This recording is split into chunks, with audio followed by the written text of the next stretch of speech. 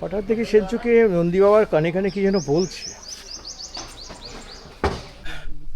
আমার তো মনে হয় গান্ধী মিনার থেকে এই জওহর মিনার অনেক বেশি সুন্দর। হ্যাঁ। এখানকার বিউটিটা অনেক ওয়াইড প্যানোরামিক ভিউ পাচ্ছি, অলমোস্ট 360 ডিগ্রিতেই ওপেন। এগুলো তো বসলেই ডুবে যাবে। আরে আমাদের মিস করেছিলাম তো, আলাদা দুজনকে আলাদা ঝুড়ি নিয়ে এসে। ভালো হয়েছে। Welcome back to my channel travel and tales with Jayanta. গত পর্বে আমরা দেখেছিলাম হীরাকুদের অপার সৌন্দর্য আর দর্শন করেছিলাম মাতা সম্বলেশ্বরী মন্দির। সেই অভিজ্ঞতার রেশ নিয়েই শুরু হচ্ছে আমাদের এই দ্বিতীয় পর্ব। আজকের দিনটা একবারেই অন্যরকম। একদিকে রয়েছে ইতিহাস আর রহস্য, আর অন্যদিকে প্রকৃতি আর বিশ্বাসের মেলবন্ধন। আমাদের রোড ট্রিপের দ্বিতীয় দিনে প্রথম গন্তব্য হুমা টেম্পল, ভারতবর্ষের একমাত্র হেলানো শিব মন্দির, যার রহস্য আজও অমীমাংসিত। হুমা মন্দির থেকে আমরা যাব মহানদীর তীরে অবস্থিত ঘণ্টেশ্বরী টেম্পল, যেখানে হাজার হাজার ঘণ্টার ধ্বনি মিলিয়ে যায় প্রকৃতির নিস্তব্ধতায়। আর তৃতীয় দিনে আমরা উঠব জওহর মিনারের চূড়ায়, যেখান থেকে হীরাকুদের বিস্তীর্ণ জলরাশি দেখে আমরা রওনা দেব আমাদের পরবর্তী গন্তব্য দেব্রিগড় ওয়াইল্ড লাইফ স্যাংচুয়ারির পথে।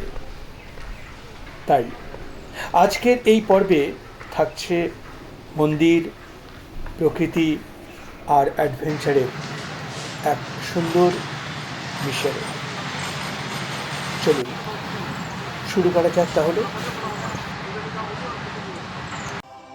আমায় দে রে দে ছাড়িয়া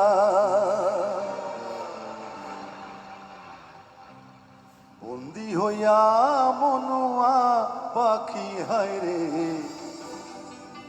কান্দি রইয়া রইয়া। গুড মর্নিং, আমি জয়ন্ত আর আপনারা দেখছেন আমার channel travel and tales with Jayanta. এখন ঘড়িতে ওই 11:15 বাজে। সম্বলপুরে পান্থনিবাস থেকে রওনা হয়ে 25 কিলোমিটার রাস্তা চলে এসে আমরা এখন এসেছি এই হুমা মন্দিরে। এই হুমা মন্দিরে এসেছি আর এখন আমরা মন্দিরের ভেতরে ঢুকবো, সঙ্গে থাকুন।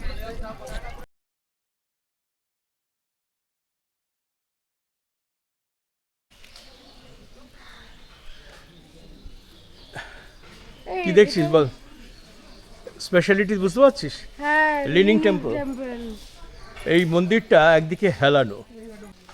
হ্যাঁ রে, ওই দেখ ওই দরজাটাও হেলানো। হ্যাঁ, মানে পুরো মন্দিরটাই ইয়ে হয়ে আছে। বললাম না, অরেঞ্জ টেম্পলটাও দেখো একটুখানি পিছনের দিকে হেলানো। এখানে এই যে মেন যে মূল যে গেটটা, সেটাও কিন্তু একটা হেলানো রয়েছে। ওইটা নয়, এটাই মূল গেট। সম্বলপুর শহর থেকে প্রায় 25 কিলোমিটার দূরে মহানদীর তীরে অবস্থিত হুমা মন্দির পশ্চিম ওড়িশার এক অনন্য শিবক্ষেত্র। এখানে ভগবান শিব বিমলেশ্বর রূপে পূজিত হন। প্রচলিত মতে মন্দিরটির বর্তমান কাঠামো সপ্তদশ শতকে নির্মিত হয়েছিল। এটি নির্মাণ করেছিলেন বল্লার সিং চৌহান। জনশ্রুতি আছে, একটি গাভী প্রতিদিন একটা নির্দিষ্ট পাথরের উপর দুধ ঢালত। সেই স্থানেই শিবলিঙ্গ আবিষ্কৃত হয় এবং পরে মন্দির গড়ে ওঠে। কিন্তু কেন? ঠিক সেই মুহূর্তে সেঞ্চুর প্রশ্নের কোনো সঠিক উত্তর দিতে না পারলেও পরবর্তীকালে বিভিন্ন পত্রপত্রিকা ঘেঁটে এই হুমা মন্দির হেলানোর কতগুলো সম্ভাব্য বৈজ্ঞানিক কারণ ভেসে উঠেছে মনের মধ্যে। যেমন প্রথমত মাটির নরম স্তর। মন্দিরটা মহানদীর একেবারে পাড়ে তৈরি, এখানকার মাটি নরম এবং জলপূর্ণ, যেটাকে আমরা অ্যালুভিয়াল সয়েল বলি। সময়ের সাথে সাথে মাটির নিচের স্তর বসে গেলে মন্দির ভবনের এক পাশ একটু নিচে নেমে যায়, ফলে হেলে যায়। দ্বিতীয় কারণ হতে পারে নদীর ক্ষয়, রিভার ইরোশন। মহানদীর স্রোত বছরের পর বছর ধরে তীরের মাটি কাটতে থাকে। এতে ফাউন্ডেশনের এক পাশ দুর্বল হয়ে মন্দির কাত হয়ে যেতে পারে। তৃতীয়ত, প্রাচীন নির্মাণ পদ্ধতি। এই মন্দির অনেক পুরনো, 1700 শতাব্দীর কাছাকাছি। তখনকার সময়ে আজকের মতো শক্তিশালী ফাউন্ডেশন প্রযুক্তি ছিল না, ফলে সময়ের সাথে সাথে মন্দিরটা সামান্য ঝুঁকে গেছে। তবে সবচেয়ে আশ্চর্যের বিষয়, মন্দিরের নিচের অংশ হেলানো হলেও চূড়ার কলস প্রায় সোজা। এটা এখনও গবেষণার বিষয় এবং এই কারণেই জায়গাটা এত বিখ্যাত।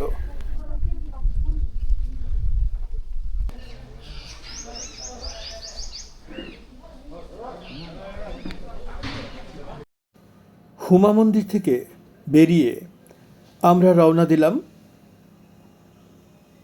ঘণ্টেশ্বরী মন্দিরের পথে। সেখানে ঘণ্টেশ্বরী মন্দিরের সাথে আমরা দেখব চিপলিমা ড্যাম।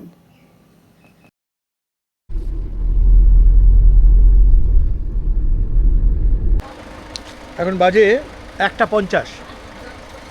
আমরা চলে এসেছি হুমা মন্দির দেখে মাঝখানে কিছুটা সময় রাস্তায় কাটিয়ে তারপর আমরা চলে এসেছি একদম ঘণ্টেশ্বরী মন্দিরের ঢোকার গেটের কাছে।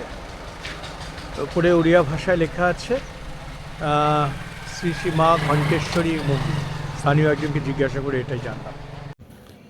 ঘণ্টেশ্বরী মন্দিরের কাছেই মহানদীর উপর নির্মিত হয়েছে এই চিপলিমা বাঁধ। এটি হীরাকুদ ড্যাম প্রকল্পের একটা অংশ, যেটা মূলত বিদ্যুৎ উৎপাদন ও জল নিয়ন্ত্রণের জন্য তৈরি হয়েছে। এখানে রয়েছে হাইড্রো ইলেকট্রিক পাওয়ার স্টেশন, যেখানে নদীর স্রোতকে কাজে লাগিয়ে বিদ্যুৎ উৎপাদন হয়। একদিকে মানুষের বিশ্বাসের প্রতীক হাজার ঘণ্টা, আর অন্যদিকে প্রাকৃতিক শক্তিকে কাজে লাগানো মানুষের প্রয়াস। এই দুয়ের মাঝেই দাঁড়িয়ে আছে এই চিপলিমা।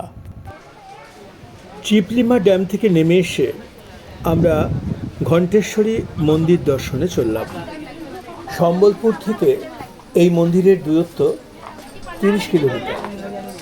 মহানদীর তীরে দেবীর মন্দির। রাস্তার ধারেই পুজোর উপকরণ বিক্রি হচ্ছে। জুতো খুলে সিঁড়ি দিয়ে নেমে এলাম মন্দিরের কাছে। ঘেরা জায়গায় একটা গাছের ডালে ডালে অসংখ্য ঘণ্টা ঝুলছে। আশেপাশের স্থানীয় মানুষজন দেবীর কাছে মানত করে গাছের ডালে ঘণ্টা ঝুলিয়ে দেয়। ঘণ্টেশ্বরী মন্দির মূলত মা দুর্গার এক রূপের উপাসনাস্থল। এই দেবীকে স্থানীয়রা নদীর রক্ষাকর্ত্রী হিসাবে মেনে থাকেন। আগে এই অঞ্চলে মহানদীর স্রোত ছিল অত্যন্ত ভয়ঙ্কর। নৌযান চলাচল ছিল খুব ঝুঁকিপূর্ণ। তখন নাবিকরা নদী পার হওয়ার আগে এই মন্দিরে এসে ঘণ্টা বাজিয়ে প্রার্থনা করতেন, যাতে নিরাপদে তাদের যাত্রা সম্পন্ন হয়। সেই থেকেই দেবীর নাম ঘণ্টেশ্বরী, অর্থাৎ ঘণ্টার অধিষ্ঠাত্রী দেবী। একদিকে মহানদী, অন্যদিকে ছোট পাহাড় ও সবুজ প্রকৃতি যেন এক শান্ত নির্জন আধ্যাত্মিক আবহ রচনা করেছে। নদীর ধারে বসে থাকলে ঘণ্টার শব্দ আর বাতাস একটা ধ্যানমগ্ন অনুভূতি দেয়। মহানদীর পাড়ে দাঁড়িয়ে হাজার হাজার ঘণ্টার শব্দ যেন সময়ের সীমানা পেরিয়ে আসে। প্রতিটা ঘণ্টা এক একটা প্রার্থনা, এক একটা বিশ্বাসের গল্প বলে। পরদিন সকালে পান্থনিবাস থেকে চেক আউট করে চলে এলাম 22 কিলোমিটার দূরের জওহর মিনারে। ভারতের প্রথম প্রধানমন্ত্রী জওহরলাল নেহরুর নাম অনুসারে মিনারের এইরূপ নামকরণ হয়েছে। এখান থেকে ওপরে উঠতে হয়, ওই যে মিনারের ওপর থেকে পুরো ড্যামটা দেখতে পাওয়া যাবে। এই সিঁড়ি দিয়ে উঠে যেতে হচ্ছে।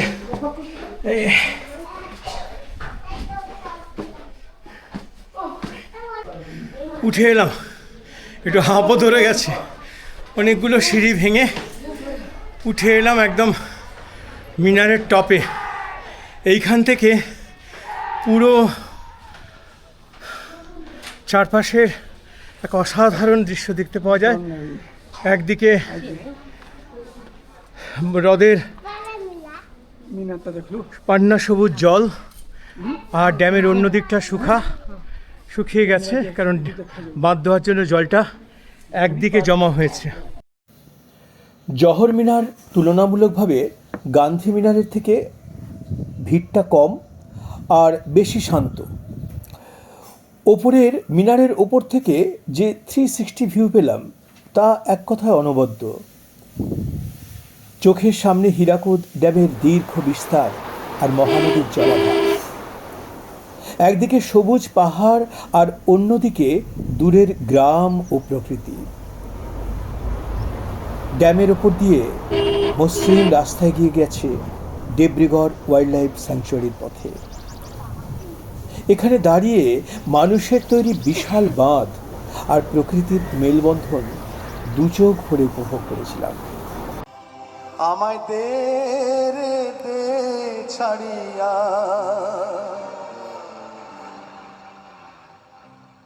বন্দি হইয়া মনুয়া পাখি হায় রে, কান্দে রইয়া রইয়া। ওরে নীল দরিয়া, আমায় দে রে দে ছাড়িয়া, বন্দি হইয়া মনুয়া পাখি হায় রে, কান্দে রইয়া রইয়া। ড্যামের উপর দিয়ে মসৃণ রাস্তা, এক পাশে জঙ্গল আর আরেক পাশে মহানদীর সুবিশাল জলরাশি, আর মাথার উপর সুনীল আকাশ, এক অসাধারণ প্রাপ্তি। চারপাশের সবুজের ঘনত্ব বাড়তে থাকে, আর সেই সঙ্গে বাড়ে এক অজানা প্রত্যাশা। গাছপালার ঘন ছায়া, পাখির ডাক আর নিস্তব্ধতার ভিতরে লুকিয়ে থাকা জীবনের উপস্থিতি, সব মিলিয়ে পরিবেশটা আস্তে আস্তে বদলে যাচ্ছে। এই পথ ধরে এগোতে এগোতে এক সময় পৌঁছে গেলাম দেব্রিগড় ওয়াইল্ড লাইফ স্যাংচুয়ারির প্রবেশদ্বারে। তখন মনে হচ্ছিল গন্তব্যে পৌঁছানোই যেন এই যাত্রার একমাত্র উদ্দেশ্য ছিল না, বরং এই পথের প্রতিটি বাঁক, প্রতিটি দৃশ্য, প্রতিটা নিঃশব্দ মুহূর্ত সব মিলে তৈরি হয়েছে এক সম্পূর্ণ অভিজ্ঞতা, যা শুধু দেখা নয়, অনুভব করার।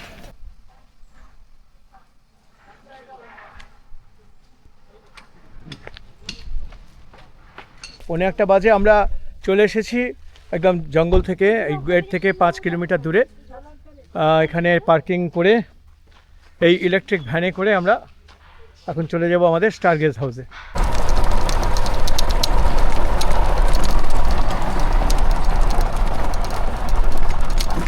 আমরা পৌঁছে গেলাম, জাস্ট 1 মিনিট 2 মিনিটের মধ্যে পৌঁছে গেলাম স্টার গেস্ট হাউস। এই হচ্ছে স্টার গেস্ট হাউস। চলে আজকে সারা রাতটা ক্যামেরা চালাতেই হবে, পুরো একদম মানে টাইম ল্যাপসে ক্যাপচার করব। সুন্দর ঘরটা, অপূর্ব অপূর্ব। এই আমাদের স্টার গেজিং রুম। এই উপর দিয়ে সেঞ্চু এখন শিখে নিচ্ছে অপারেশনটা কি করে করতে হয়। দেখে নিয়েছিস মা ভালো করে? এই আমাদের স্টার গেজিং। আচ্ছা, আর এই হচ্ছে রাত্রিবেলা শুয়ে শুয়ে আজকে লুনার এক্লিপস, চন্দ্রগ্রহণ দেখব। এই আস্তে আস্তে বন্ধ হয়ে যাচ্ছে। আচ্ছা, কিভাবে খোলে একবার খোল বাবা। হ্যাঁ বাবি, খুলি এইটা খোল একবার দেখি, এই রূপটা ক্লোজড আছে, ক্লোজ হলো আবার রাত্রিবেলা খুলে যাবে। এই যে স্টার গেজ, হ্যাঁ বলছি আঙ্কেল একটা জিনিস হচ্ছে এই সিরিয়াল এই আস্তে আস্তে খুলে যাচ্ছে। এই কি কি দেখা যেতে পারে এখানে, একটা বেশ সুন্দর ব্যবস্থা মানে ডিসপ্লে করা আছে।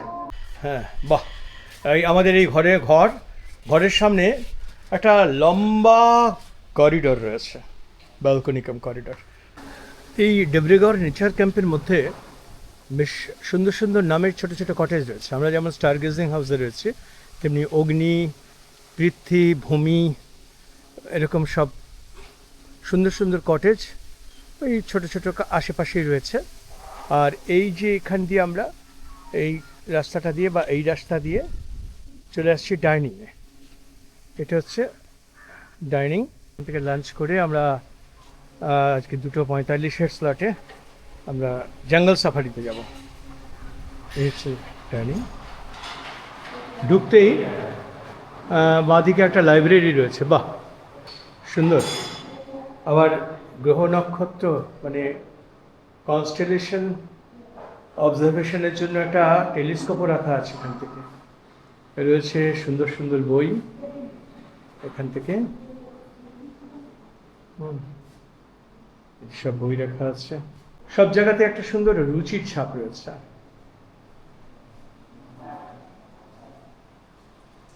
এটা কিচেন, লাইব্রেরির উল্টো দিকে নিয়ে। এই হচ্ছে বিশাল একটা লাইব্রেরি, এই লাইব্রেরি বলছি সরি, ডাইনিং হল। এখান দিয়ে বেশ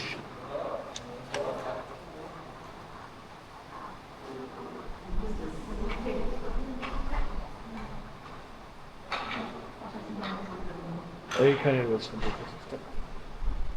কি কি আছে গো? এটা মটর পনির, আচ্ছা, মাছের ঝোল, মাছের ঝোল, ও সিমই পায়েস, আরে বাস, সিমাই পায়েস, দই রায়তা, দই রায়তা, আলু চিপস, আলু চিপস, এলাই ব্যাপার। ও আলু ফুলকপি, আচ্ছা, ডালমা, ডালমা, বাহ, রাইস। রাইস। ঠিক আছে, আমরা খিদে পেয়ে গেছে, আমিও নিয়ে নিই। সেঞ্চুয়ার গোফা বসে পড়েছে।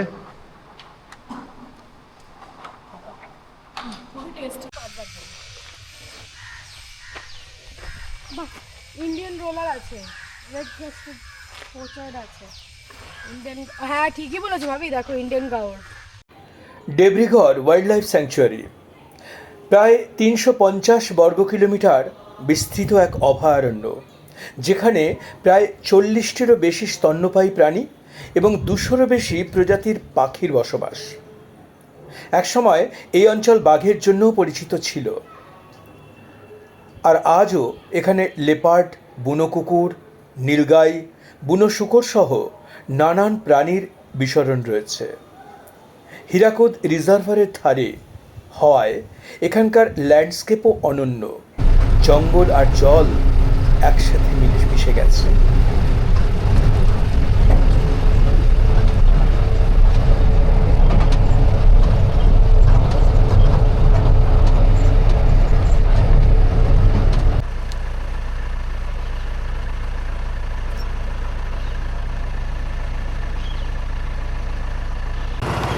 বিয়ার ব্যবস্থা আছে কিন্তু। বিয়ার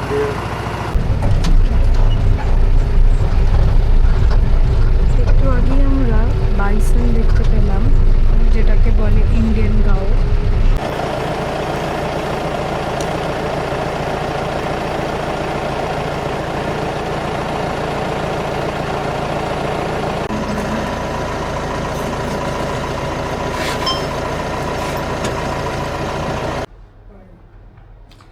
বাহ কি সুন্দর। আমরা আমাদের স্টার গেজিং রুমের থেকে আমরা রিমোট দিয়ে ওপরের যে কভারটা আছে সেটা সরিয়ে দিয়েছি, দিয়ে তারা দেখছিলাম। এখন দেখলাম গ্রহণ মুক্ত হয়ে চাঁদও পূর্ণ বিকশিত, ফুল মুন একদম। চলো এইখানে পরপর এখানে আবার একটা ওয়েটিং প্ল্যাটফর্ম রয়েছে, এখানে অপেক্ষা করা যায় বোটের জন্য। আর এখানে কায়াকগুলো রয়েছে, কায়াকিং হয় এখান থেকে। স্পিড বোট রয়েছে, স্পিড লঞ্চ রয়েছে, স্পিড বোট, বেশ সুন্দর ব্যবস্থা।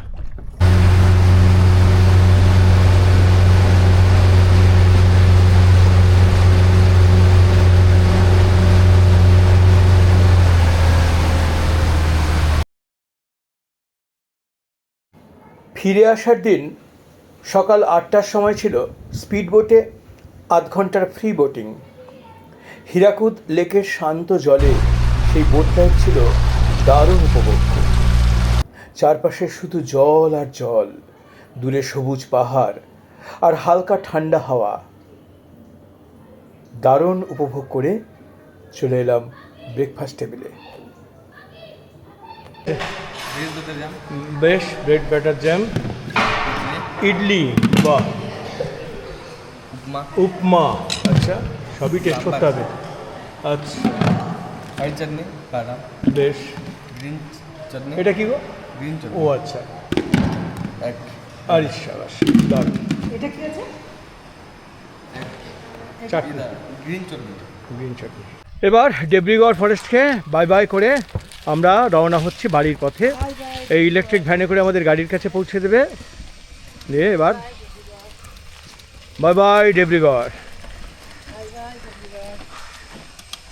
সুন্দর কটেজ, সুন্দর আরণ্যক পরিবেশ ছেড়ে আমরা এখন রওনা দিচ্ছি সেই ইট কাঠ পাথরের জঙ্গলে।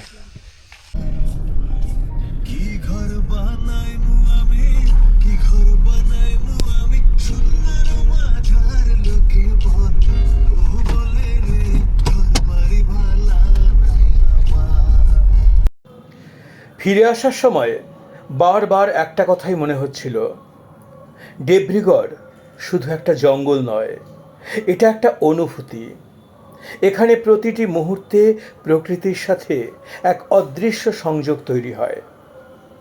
শহরের কোলাহল থেকে দূরে এই নীরবতার মধ্যেই লুকিয়ে আছে এক অন্যরকম শান্তি, যা মনে দীর্ঘদিন থেকে যায় তার রেশ।